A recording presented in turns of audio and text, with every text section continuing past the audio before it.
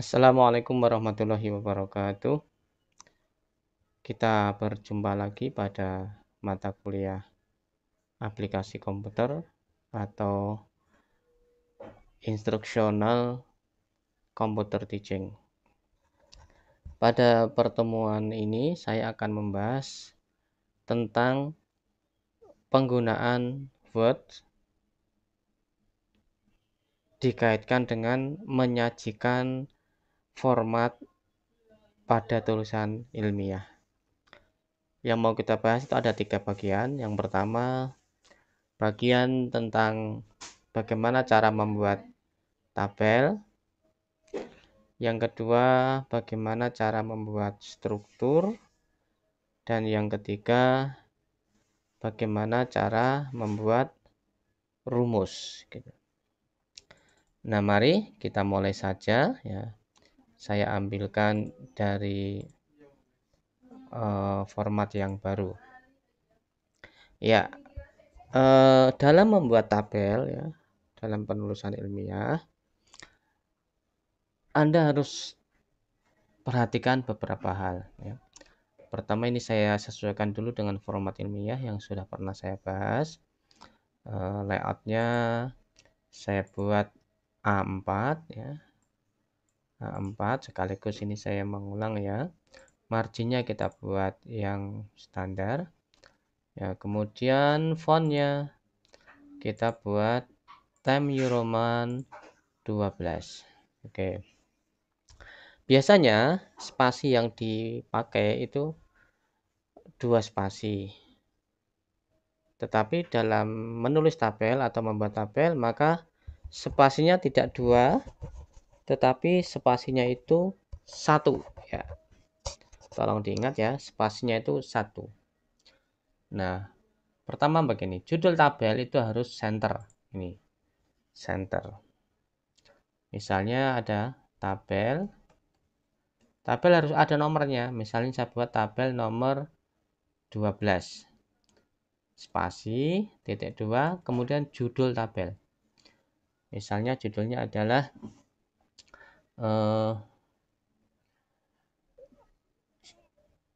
populasi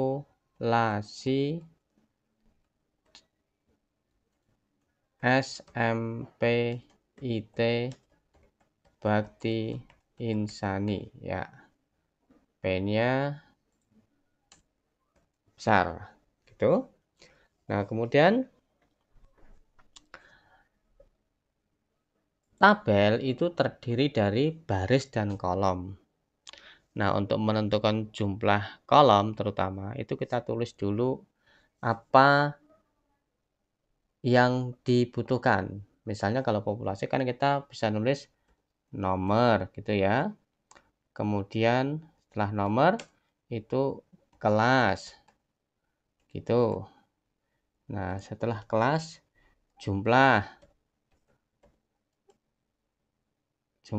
apa peserta didik atau jumlah anak dalam kelas itu. Nah, kemudian keterangan misalnya. Nah, ini berarti ada berapa kolom? Ada 1, ada 2, ada 3, dan ada 4. Nah, oleh karena itu kita membuat tabel dengan 4 kolom. Caranya tekan insert, tekan tabel ini ya.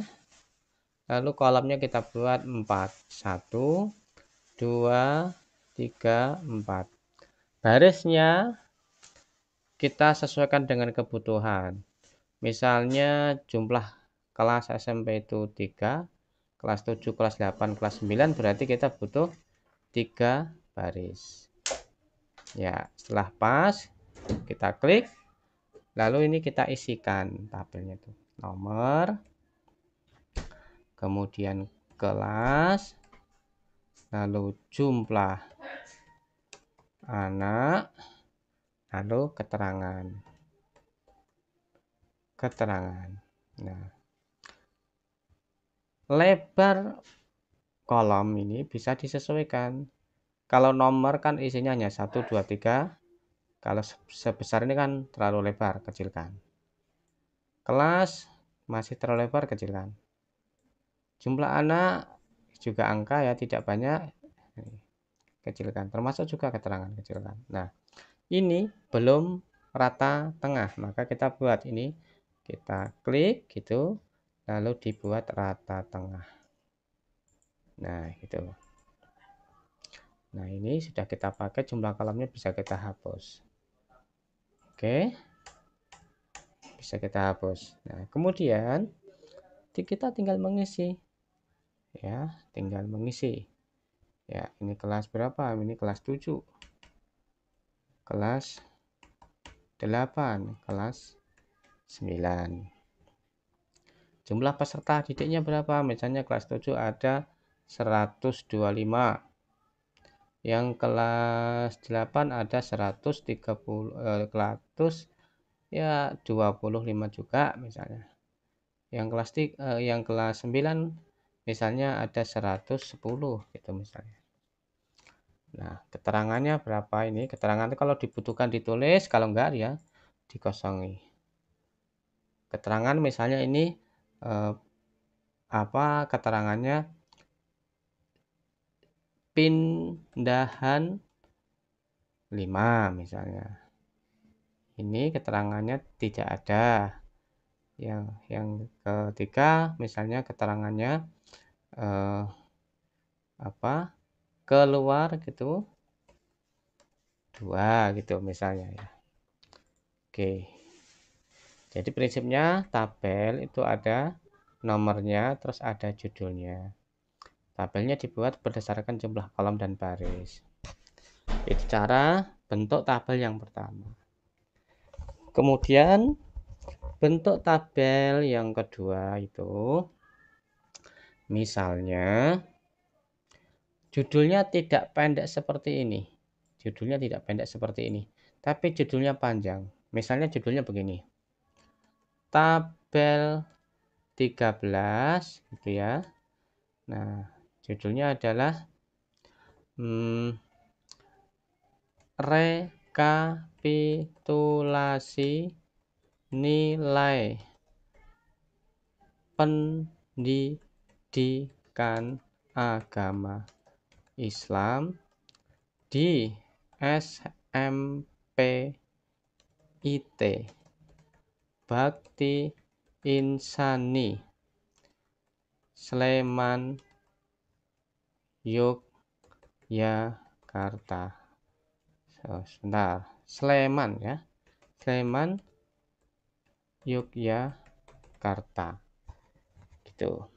Nah, judul ini meskipun center tapi salah dalam kaitannya penulisan ilmiah, karena mestinya S ini ya berada di bawah R sini ini. Nah, lalu gimana caranya untuk membuat seperti itu? Nah, membuatnya dengan cara kita buat dulu tabel 1 baris 2 kolom. Caranya ya kita tekan insert, kita buat tabel 1 baris 2 kolom. Nah, lalu ini kita geser. Kita geser. Tabel 13.2 ini kita pindahkan. Kita pindahkan ke sini. Lalu rekapitulasi nilai pendidikan kita taruh di bawahnya. Lalu kita buat justify. Ya, gitu. Ini kita sesuaikan ya. Sehingga kata-kata huruf S dalam kata Sleman lurus dengan R dalam kata rekapitulasi. Permasalahannya ini ada garisnya kelihatan. Maka kita bisa menghilangkan garis itu dengan cara kita klik terus ke border ini ya. Kita pilih ya, kita klik yang panah hitam kecil itu, kita pilih no border. Dengan demikian hilang garis itu dan judul menjadi lebih rapi dan benar secara kaidah. Oke, terus kemudian tabelnya kita buat berapa tabel? Tadi kita rencanakan dulu. Ada nomor misalnya ya. ada nomor, ada NIM misalnya. Lalu ada juga nama peserta didik ya. Lalu ada juga misalnya mapelnya, mata pelajaran, mapel gitu ya. Lalu ada katakanlah keterangan misalnya. Ada berapa ini? Ada 1, 2, 3, 4, 5. Sehingga kita buat tabel dengan 5 kolom, tidak 4 kolom.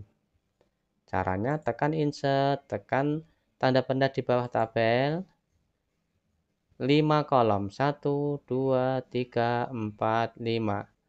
Lalu berapa barisnya? Berapa baris kita buat? Taruhlah untuk contoh ini ya, kita buat 4 baris.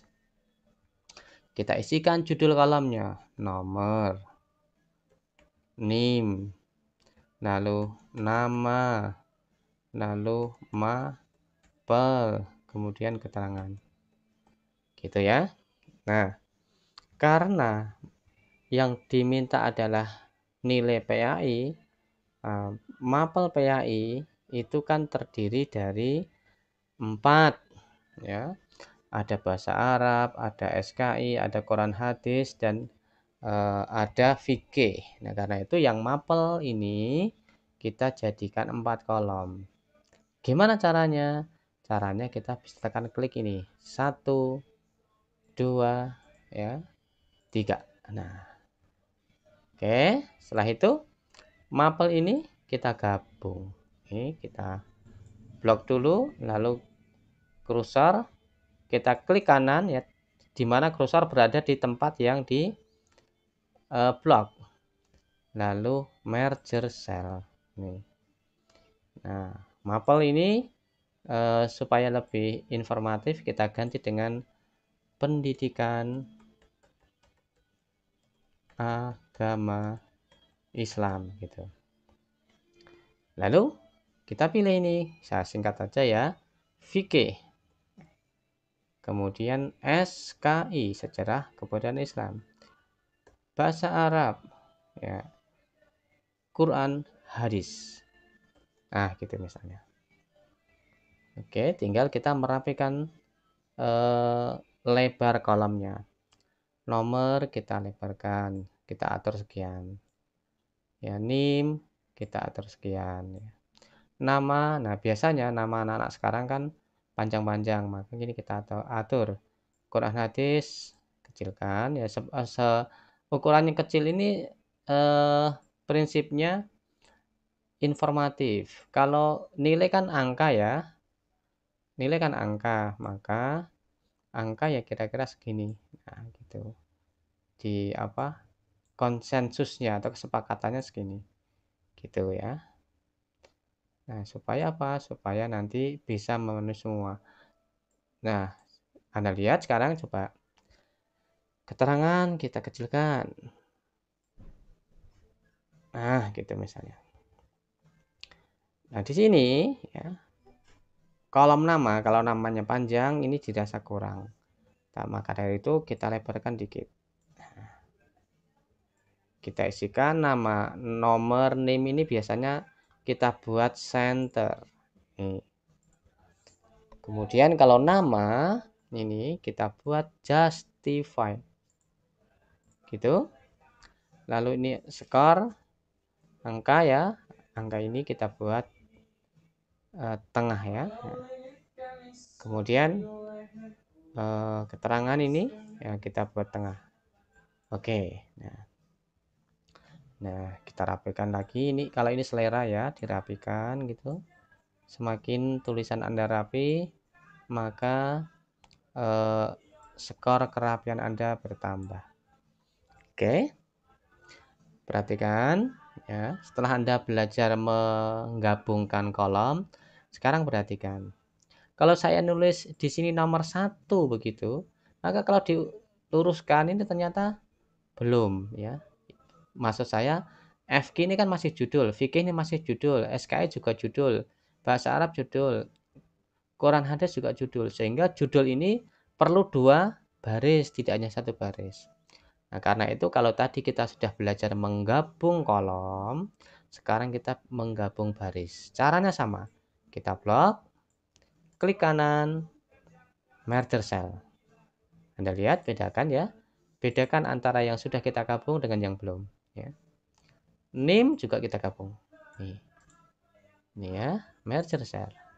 Nama juga kita gabung.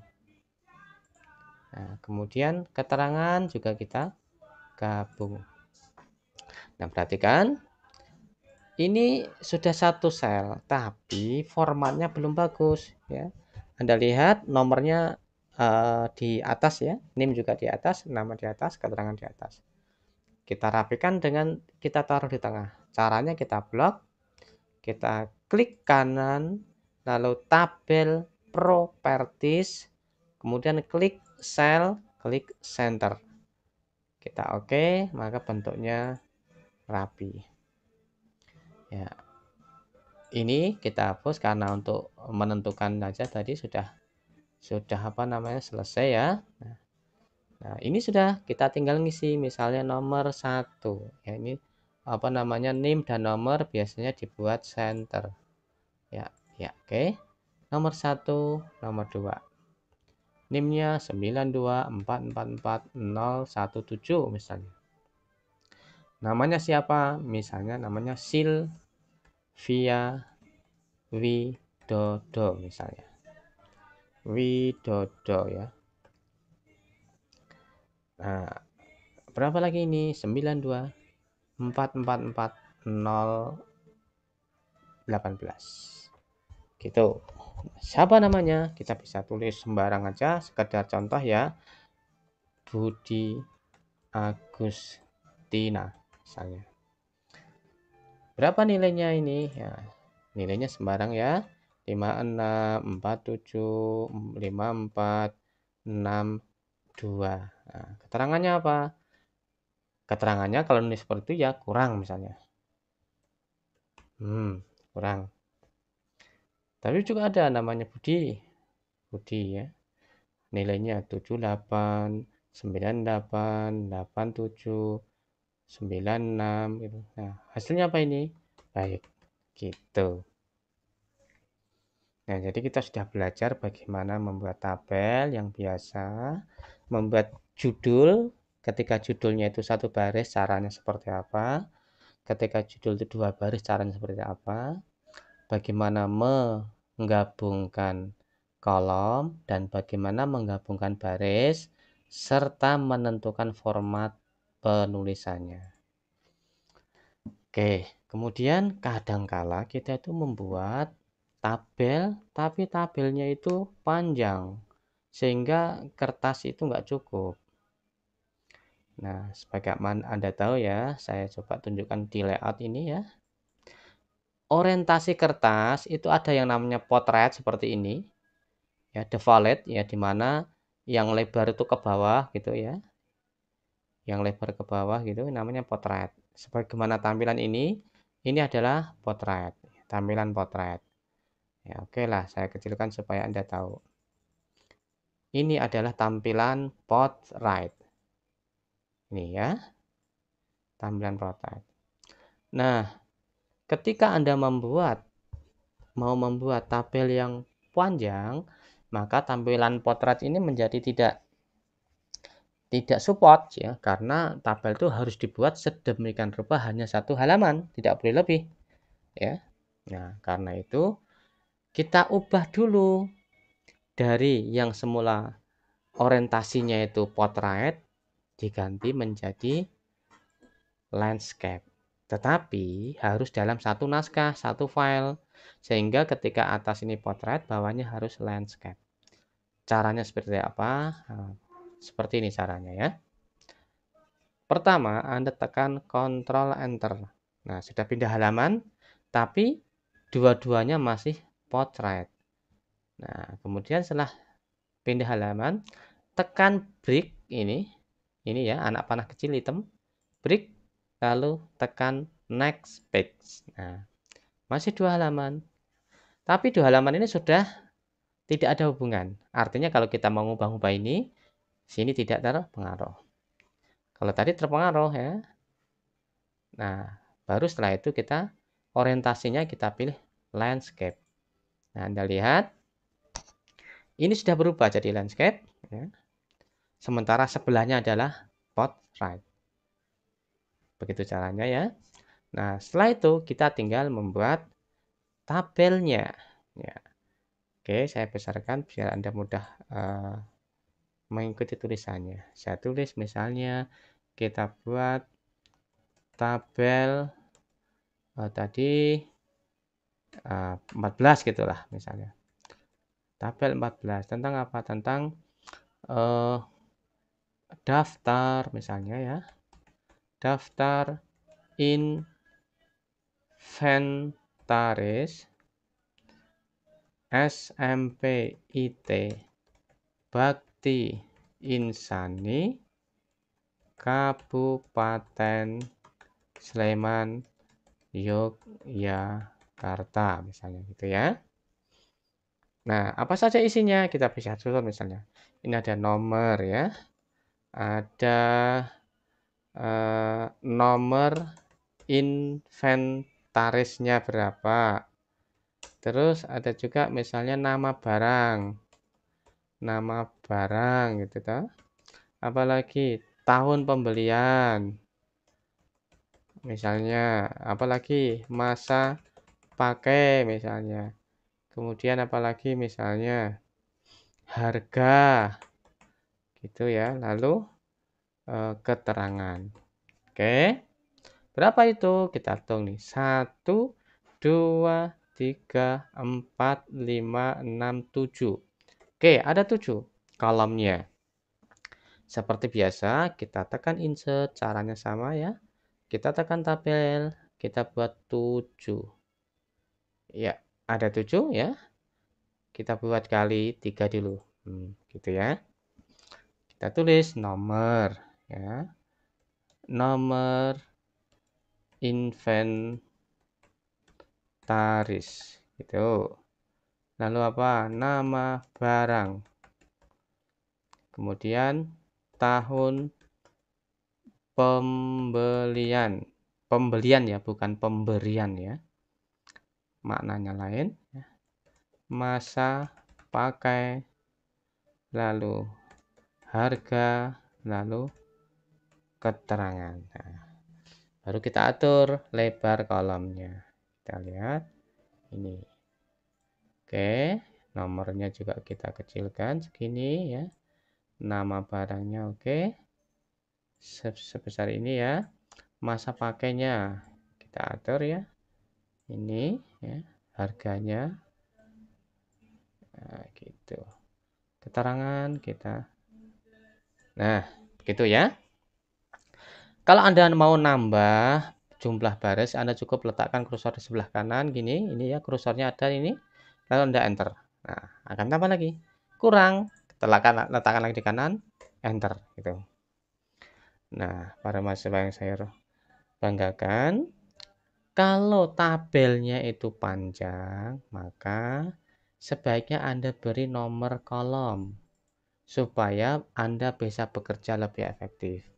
Ciri nomor untuk membedakan nomor kolom dengan nomor urutan atau baris, nomor kolom itu berada di dalam tanda kurung seperti itu. Ya. Nah, gitu tuh. Dengan demikian, nanti kita akan bisa tepat untuk menentukan oh ini kolom nomor berapa itu lebih tepat karena sudah kita beri nomor kolom. Dan itu artinya kita bisa bekerja secara lebih efisien. Oke.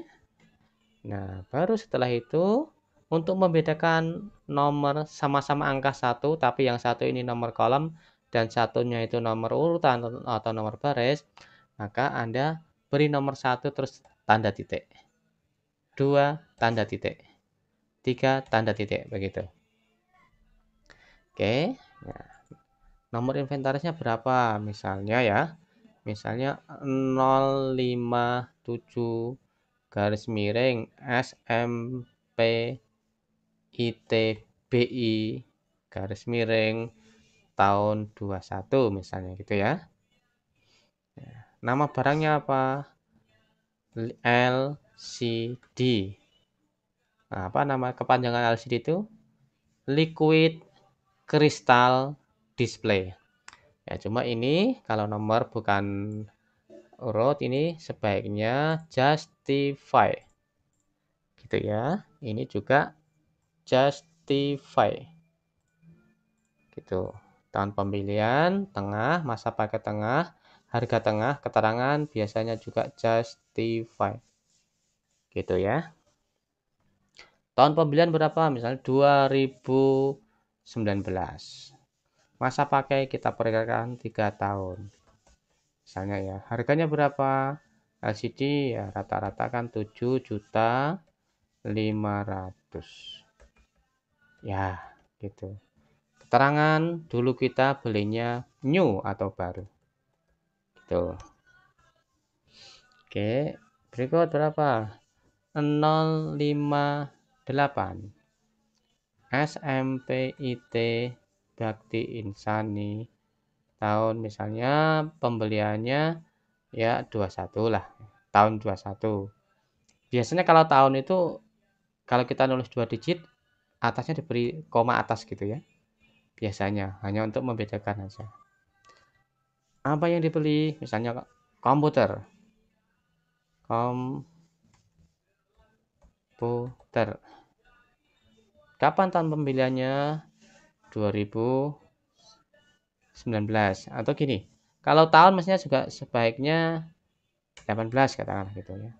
Berapa masa pakainya? 5 tahun misalnya. Berapa harganya? Buat misalnya 9 juta misalnya. Contoh saja ini ya. Gitu. Keterangannya baru. Gitu. Dan seterusnya gitu ya. Nah, itu. Jadi kita sudah belajar membuat tabel. Nah, ini kita hapus karena sudah apa? Tahu kolomnya ya. Ini berikutnya ya. Berikutnya ya. Kita membuat struktur ya. Oke, membuat struktur. Saya buat file baru ya. Saya buat file baru ya. Saya ubah sebentar supaya memudahkan Anda ya, layoutnya, size-nya ya, kemudian marginnya. Oke, begini ya. Nah, struktur itu seperti kita pilih struktur sekolah.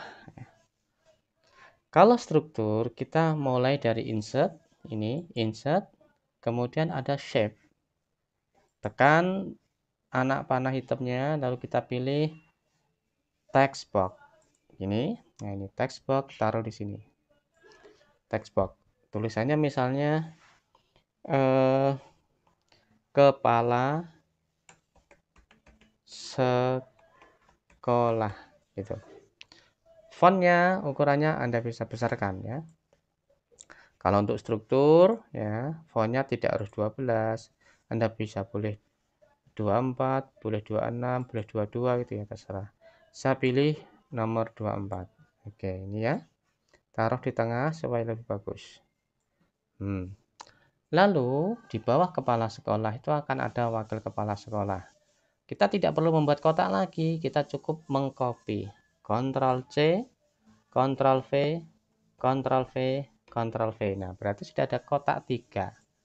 Ini 1 ya. Kemudian 2 ya. Kemudian 3. Ini. Nah, sekali lagi, kalau ini nggak cukup gitu, maka Anda bisa ubah halaman itu dengan orientasinya landscape.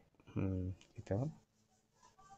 Anda atur lagi ya, supaya hasilnya lebih baik ya.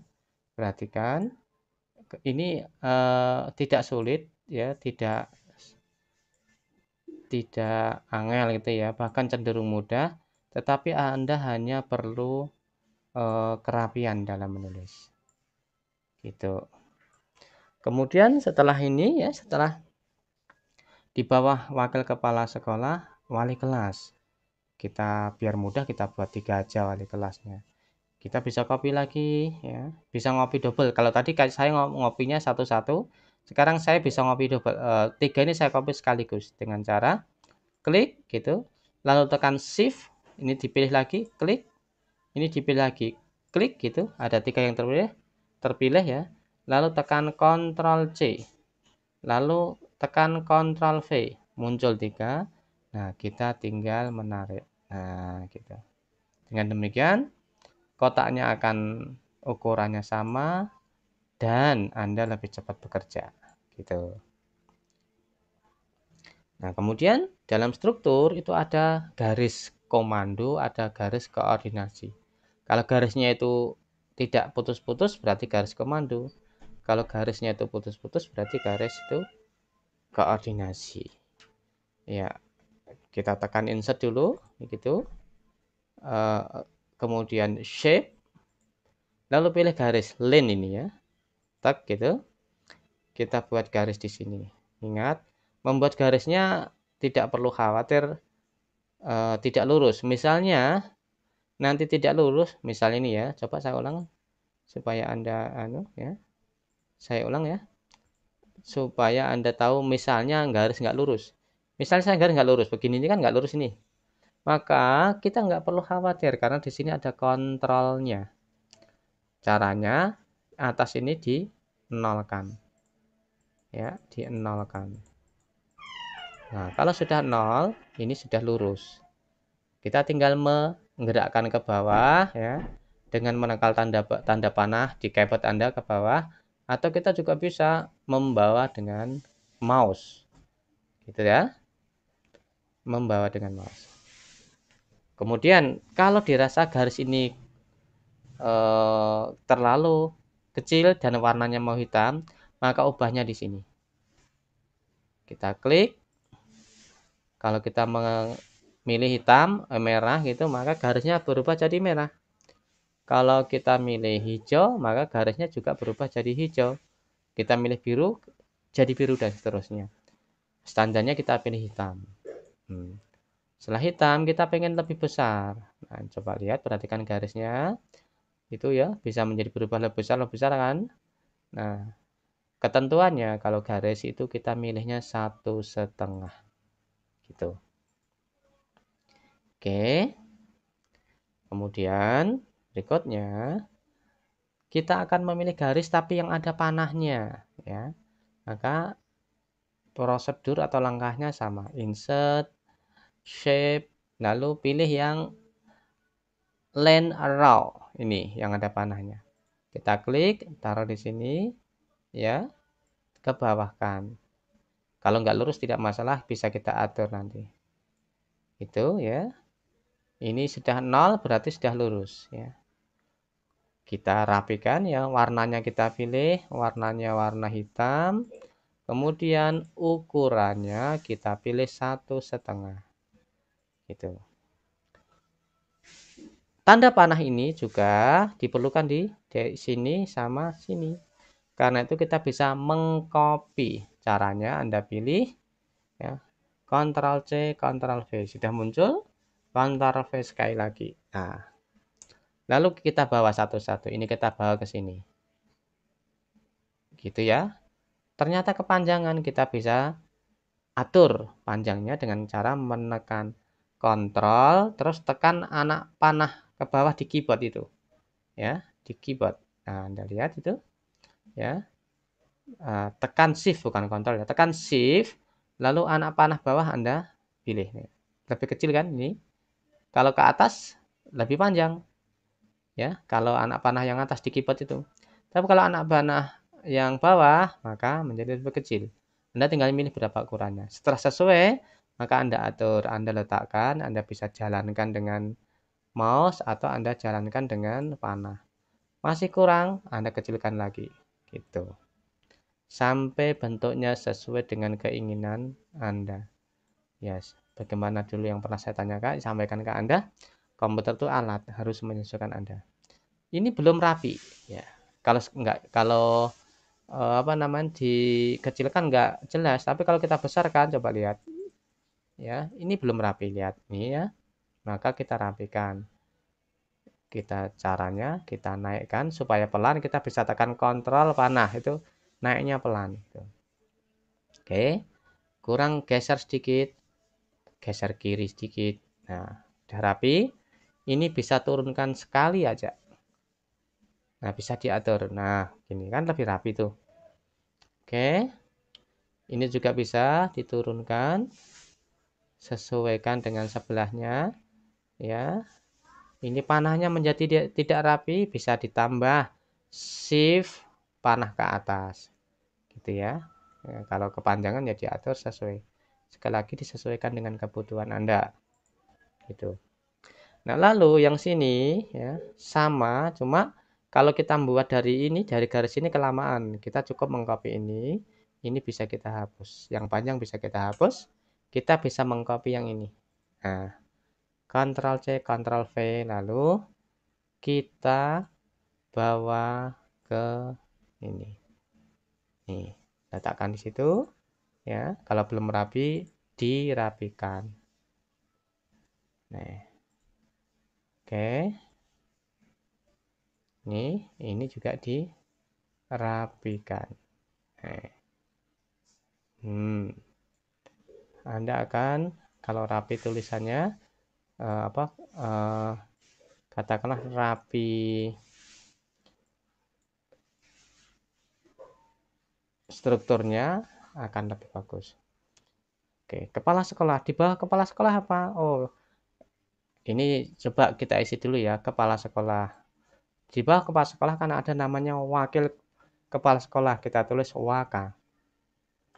Waka apa? Misalnya waka kurikulum. Ternyata garisnya kurang, geser, ini digeser, bisa digeser. Nah, ya bisa digeser. Gitu. Kemudian setelah waka kurikulum berikutnya adalah waka kesiswaan. Geser lagi. Ya. Gini. Oke. Kemudian yang ketiga waka sarpras. Nah, sarpras. Gitu, ya. Ini kecilin. Gitu. Kalau mau tengah ditengahkan ini. Gitu, semuanya bisa ditengahkan. Gitu lah. Nah. Oke. Setelah itu di bawah waka apa? Di bawah waka ya, di bawah waka adalah wali kelas.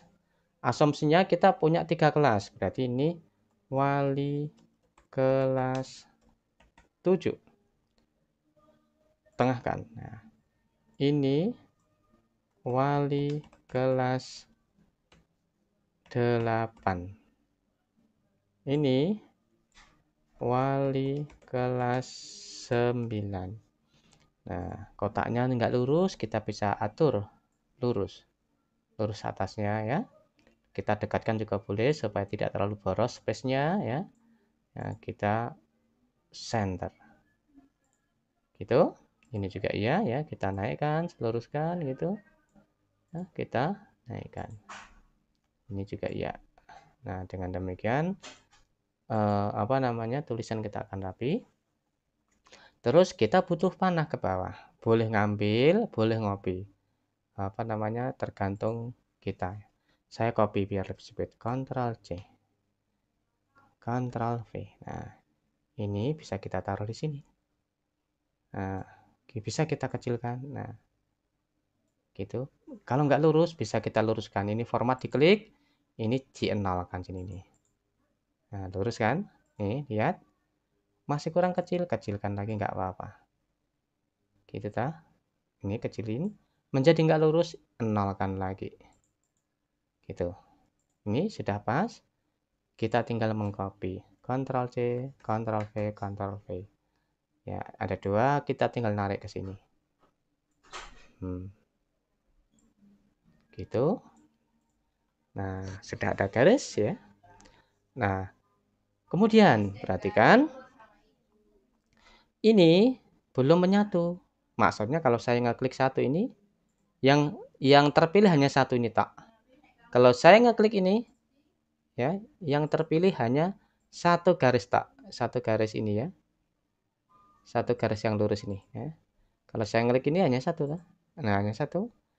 Ini juga satu. Nah, kalau saya ngeklik yang ini, garis ini juga cuma satu ini tak. Ya. Nah ini nggak bagus. Artinya besok kalau Anda ngedit atasnya atau bawahnya ini bisa dimungkinkan rusak. Biar tidak begitu, maka kita grup atau kita gabung. Caranya, ini kita pilih. Nah, setelah itu tekan Shift, lalu semua garis dan kotak dipilih. Ya, semua garis dan kotak dipilih secara bersama-sama ya. Nah, sebentar ini kenapa nggak mau yang satu ya? Ini harusnya mau.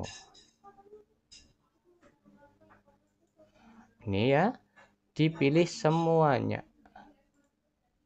Ya, dipilih semuanya. Sekali lagi tidak susah. Anda hanya perlu latihan supaya Anda lebih terampil ya. Ini setelah semua terpilih ya, tangan kanan Anda menekan tombol Shift, tangan kiri Anda menekan tombol Shift, tangan kanan Anda memilih dengan mouse ya. Setelah semua terpilih ya, maka kursor arahkan ke salah satu kotak ini ya. Di sini misalnya sampai muncul tanda plus seperti itu. Lalu klik kanan, grup ini. Nah, Anda perhatikan sekarang, saya sekali klik sudah kena semuanya. Dan ini bisa kita jalankan sebareng-bareng nih, nggak apa-apa. Ya, ini akan lebih bagus, lebih kokoh strukturnya, tidak mudah rusak. Oke. Berikut yang terakhir saya akan jelaskan ke Anda bagaimana menulis rumus ya. Menulis rumus. Saya tidak banyak yang saya contohkan, tetapi prinsipnya nanti sama ya. Prinsipnya nanti sama ya. Nah, yang penting Anda bisa memahami, kemudian Anda bisa mengembangkan. Rumus yang ingin saya ajarkan ke Anda adalah pertama rumus standar deviasi. Yang kedua rumus korelasi. Hanya 2 ini ya. Bagaimana standar korelasi? Coba saya ambilkan di internet. Bentuknya kayak apa ya? Nah, ini. Kita cari standar korelasi. Rumus standar deviasi. Ini ya. Nah, ini. Rumusnya kayak gini nih, ta. Kita bisa klik kanan, kita bisa belum mau, ini harus dibuka ini. Oke, kita buka dulu ya. Kita buka dulu. Ya, kemudian kita bisa pilih ini, klik kanan, copy image. Kita bawa ke Word ya, lalu kita munculkan di sini nih. Kita akan buat rumus seperti ini satu ya. Lalu yang kedua kita ambilkan di internet lagi ya, korelasi ya, rumus korelasi ya, ini korelasi produk momen. Oke. Nah, mana itu rumus korelasinya? Kita ambilkan di sini ya. Ini rumusnya. Ini ya. Copy image gitu. Taruh di Word, taruh di sini. Nah, ini yang mau kita pakai. Oh, ternyata ada tulisannya. Baik, kita nggak butuh tulisannya. Kita lakukan sedikit sedikit manuver lagi lah, gampangnya saya ngomong ya. Ini bisa kita copy itu, kita bawa ke pen ya. Pen itu yang ini ya, semua komputer ada. Lalu kita pastakan di sini, Ctrl V. Nah, kita hanya butuh yang ini tak. Ini. ya. Oke. Nah, klik kanan, copy, masuk ke Word lagi. Kemudian kita pastekan di sini ya. Kita Nah, kita hanya butuh ini. Yang ini bisa kita hapus gitu. Ya, bisa kita hapus. Nah, biar Anda bisa lebih konsentrasi. Oke, mari kita mulai. Kita akan menulis seperti ini dengan Word. Kita akan menulis rumus standar deviasi dan rumus korelasi dengan Word. Caranya seperti apa? Mari kita mulai ya. Pertama, ya, kita klik insert, gitu. Kedua, kita klik equation, panah ini hitam ini, klik ya. Setelah itu kita klik insert new equation, tek. Nah, sudah tampak di sini ya. Nah, kita akan mengetik ini standar korelasi ini. Di sini ada simbol yang nanti bisa kita ambil, bisa kita tulis. Di sini ada format penulisannya sebagaimana yang diminta oleh rumusnya. Oke, kita tulis S, nulis biasa ya. Spasi sama dengan spasi lagi. Setelah spasi ini tanda akar, ya kan? Maka tanda akar ini kita ambilkan dari sini. Kita pilih yang namanya radical. Nah, lalu kita pilih format yang sesuai. Di antara 4 format ini, yang paling sesuai adalah ini. Tek. Nah, sudah muncul di sini. Oke. Kemudian di bawah akar ada 2, ada pembilang dan ada penyebut. Ini pembilangnya, ini penyebutnya. Berarti ini harus dibagi 2. Caranya kita klik, kita cari format yang sesuai ini, yakni friction. Ya, ini yang paling sesuai. Kita tulis klik di atas. Nah, sekarang kita fokus ke pembilang yang di atas ini. Pertama, ini ada tanda sigma. Ada N, ada 1, ada I sama dengan 1. Maka kita pilih di sini yang tanda sigma itu hanya 1, hanya ini Tapi pilihan banyak, maka kita ke yang warna hitam. Kita pilih yang sesuai. Nah, yang sesuai kan ini yang paling sesuai. Kita klik. Nah, ini kita tulis ya. Sesuai dengan rumus di atas ini N gitu. Yang ini kita klik lalu kita tulis I sama dengan 1 gitu. Nah, kemudian ini ada dalam tanda kurung terus ada kuadrat. Ada I di bawah, ada X bar. Kita tulis di sini, klik itu. Sesuaikan dulu. Ambil yang paling tepi. Maksudnya yang paling ditulis paling akhir itu kan tanda kuadrat. Maka itu yang kita siapkan dulu. Script ini ya. Ini tanda kuadrat kan, pilih yang ini yang paling sesuai ya. Terus setelah nulis tanda kuadrat kan kemudian kurung itu. Maka ini pilih ini, cari kurung bracket ini ya, kurung yang lengkung berarti ini. Gitu dah. Lalu di sini ya, sini ada XI, tapi I-nya di bawah X. Maka pilihlah scribe ini, lalu yang paling sesuai ini. Ini, nah, ini tulislah X, lalu kotak bawah tulislah I. Gitu. Nah, kemudian Anda perhatikan tanda kurang ini lurus atau sejajar dengan X, bukan dengan I. Maka tanda kita naikkan ini, kurusannya kita naikkan sini ya. Setelah lurus dengan X, kita tekan tanda minus ya. Kita tekan tanda minus. Kalau ini kan kayak gitu itu standar dengan I, bukan X. Maka kita pilih yang standar dengan X. Kita klik di atas gitu ya, ini gini. Ya. Kemudian sampai X-nya itu keblok gitu. Kalau X-nya keblok berarti tulisan itu nanti akan standar dengan X. Kurangi gitu. Nah, kemudian ini ada X bar. Maka pilih di sini X bar itu mana bentuknya. Pilih yang action, lalu pilih yang tanda bar. Mana yang tanda bar? Ini yang tanda bar. Klik gitu. Nah, muncul tanda bar di situ. Ini kita nulis X biasa, lalu tulislah kuadrat gitu.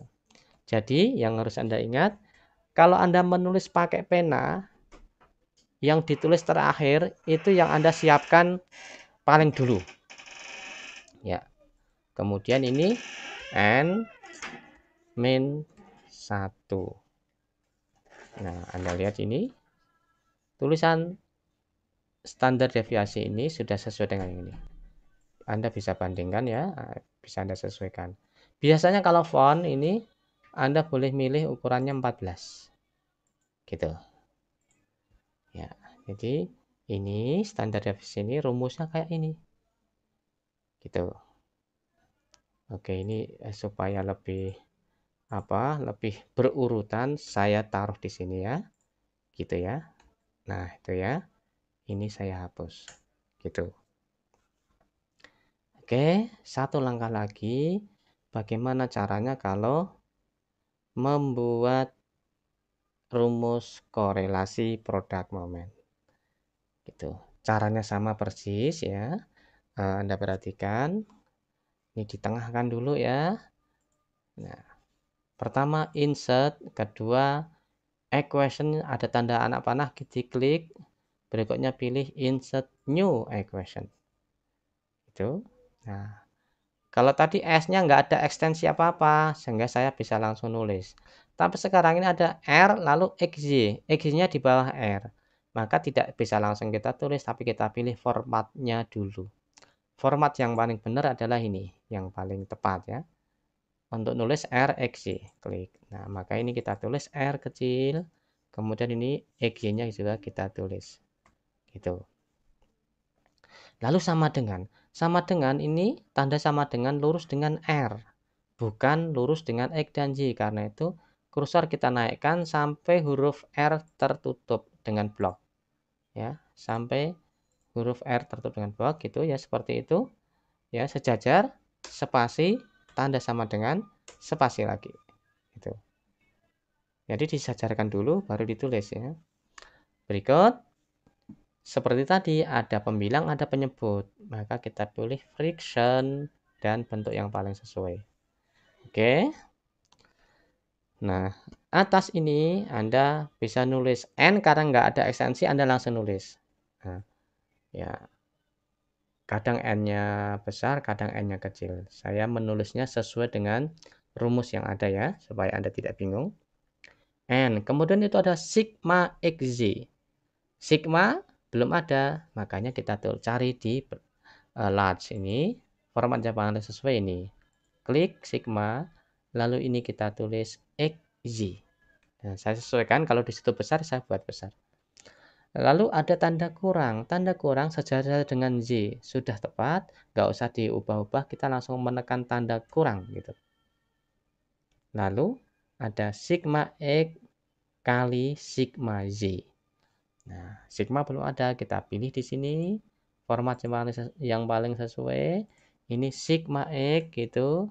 Kemudian tanda sigma lagi, kita pilih lagi tanda yang paling sesuai ya, sigma Z gitu. Oke, atas sudah selesai. Sekarang kita ke penyebut. Ke bawah ya. Anda perhatikan di penyebut ini ada tanda akar yang selalu mengikuti, memanjang ya. Tanda akar yang memanjang. Maka pertama kita pilih dulu tanda akar ini. Nah, tanda akar, kemudian kita pilih tanda kurung, tapi tanda kurungnya itu kotak ini ya, bukan lengkung tapi kotak.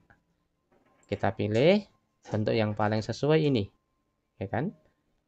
Kalau ini kan lengkung, kalau ini lurus. Kita pilih ini, gitu. Kemudian taruh kursor di kotak gitu.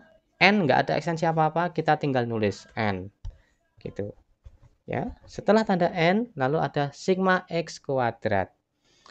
Nah, yang karena X kuadrat itu kita tulis paling akhir, maka kita siapkan paling awal. Kita pilihkan yang ini. Lalu kursor taruh sini, cari sigma. Ini kita tinggal nulis sigma X, kemudian beri tanda kuadrat. Lalu tanda kurang ini sejajar dengan X, maka tanda kurang ini kursor kita turunkan biar sejajar dengan X. Nah, setelah sejajar itu kurangi gitu ya. Lalu sigma X dikuadratkan. Nah, pilih dulu yang tanda kuadrat karena yang ditulis paling akhir ya. Yang ditulis paling akhir disiapkan terlebih dahulu. Kemudian setelah itu kursor dipilih lagi, kita memilih sigma ya, tanda sigma. Kita tinggal nulis sigma X gitu. Sorry, itu tanda kurung ya. Baik, tanda kurung ya. Maka ini pilih yang tanda kurung ini. Tanda kurung lengkung. Nah, kita tinggal nulis X kuadrat. Gitu ya. Ini satu variabel X sudah selesai. Sekarang kita ke variabel Y dengan cara penulisan yang sama. Nah, kursor kita keluarkan, tetapi masih di bawah akar ya, supaya akarnya bisa jalan. Nah, gitu ya. Nah, kemudian kalau kita klik di luar tapi tidak terblok begini, biasanya nanti akarnya nggak mau jalan. Nah, kita klik lagi ini tanda kurung yang lurus. Ini ya, tanda kurung yang lurus. Nah, ini. Rumus ini salah, harusnya tanda kurung itu di sini ada tanda kurung yang tegak lurus ya. Nah, kita buat yang benar. Ini kemudian kita tulis N gitu. Lalu sigma Y kuadrat. Kita pilih kuadrat dulu gitu. Baru kemudian kita pilih kursornya diturunkan di yang mau kita tulis sigma ya. Kita pilih sigma yang sesuai ya. Kita tinggal nulis Y kuadrat. Gitu ya. Lalu tanda kurang Anda turunkan. Coba kalau tidak saya turunkan, tanda kurang akan sejajar dengan kuadrat. Dan itu salah ya. Maka kursor kita turunkan, kita taruh sini, kita klik gitu. Ya. Terblok semua, berarti sudah sejajar. Tinggal nulis tanda kurang. Lalu sigma Y dikuadratkan. Nah, kita pilih dulu tanda kuadrat. Ini kita klik, pilih tanda sigma ya. Gini, pilih tanda kurung lengkung. Nah, kita tinggal nulis Y dan nulis tanda kuadrat. Nah, jadi deh. Nah, begitu caranya ya. Nah, biasanya nanti setelah Anda nulis terus Anda enter gitu, Anda kembalikan ke justify, lalu Anda nulis keterangan titik 2 gitu ya. Bukan sama dengan, bukan ini. Kadang mahasiswa nulisnya begitu. Sama dengan, yang betul titik 2. Ini terus enter. Ya. Tahap 1. R X Z apa namanya? N apa namanya gitu ya. Nah, itu ya. Demikian yang bisa saya sampaikan, mudah-mudahan bermanfaat ya. Prinsipnya Anda harus banyak berlatih supaya Anda lebih lancar ya. Kalau tidak banyak berlatih lupa gitu. Baik, itu saja yang bisa saya sampaikan. Ada manfaatnya, mudah-mudahan ada manfaatnya. Ada kurangnya saya mohon maaf. Saya akhiri. Wassalamualaikum warahmatullahi wabarakatuh.